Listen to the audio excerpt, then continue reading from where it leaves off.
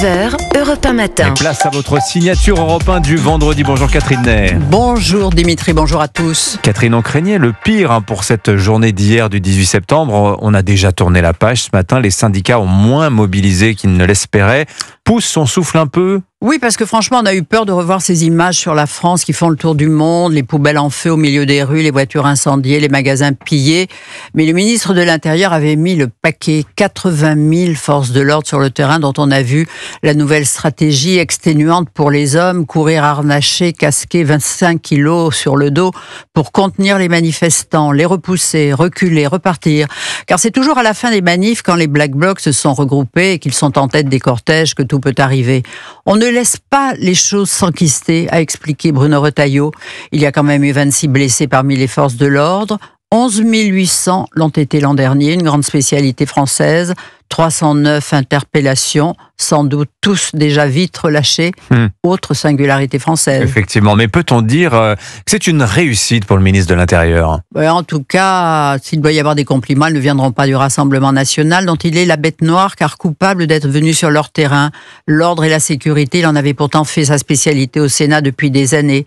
Personne n'attribuera de médaille à Retailleau, disait hier soir Sébastien Chenu, interviewé cette semaine par Sonia Mabrouk. Marine Le Pen a eu une longue tirade pour dénigrer l'action d'un ministre qu'elle tient pour du vent, rien, aucun résultat sur l'immigration, comme si c'était lui qui distribuait les visas et n'était pas bridé dans son action, comme récemment encore par le Conseil constitutionnel.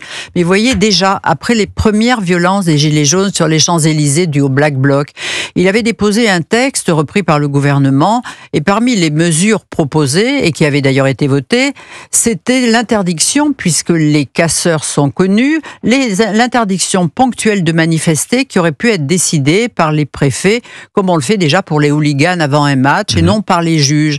Mais c'est en particulier sur ce point-là que le Conseil constitutionnel avait été saisi, non seulement par les oppositions, par la gauche, mais chose plus rare, par Emmanuel Macron lui-même, qui y voyait une atteinte à la liberté de manifester. Et la mesure avait bien été retoquée. Donc on laissait la liberté aux casseurs de casser, d'entraver la liberté des tant de concitoyens d'aller venir, les pillages, les manques à gagner pour les commerçants.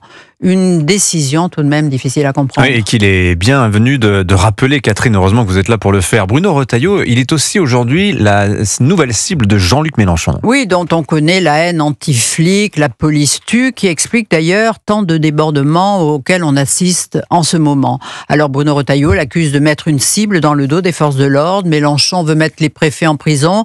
Le ministre réplique qu'il menace l'arc républicain, qu'il est un destructeur de la République. Vous savez que LFI interdit le drapeau français dans les manifs au motif qu'il est le symbole de la colonisation. Alors hier, en Marseille, anticipant l'immense événement que serait la manif, qui aurait selon lui un impact politique, comprenez, ça sera bon pour LFI, Jean-Luc Mélenchon a accusé le ministre de l'Intérieur de chercher l'affrontement.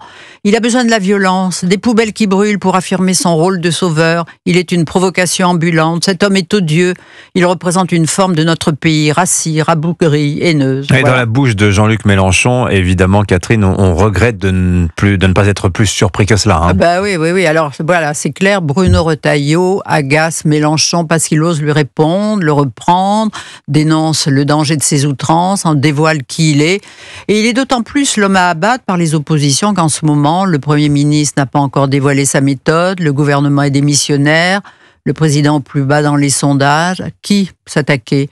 Et Bruno, on lui tape dessus justement parce qu'il est là et qu'il existe. Signature Europe 1, Catherine Ney. Merci beaucoup Catherine. Il est 8h44, restez avec nous dans un instant. Pascal Praud, Elliott Deval nous ont rejoints en studio pour le sommaire.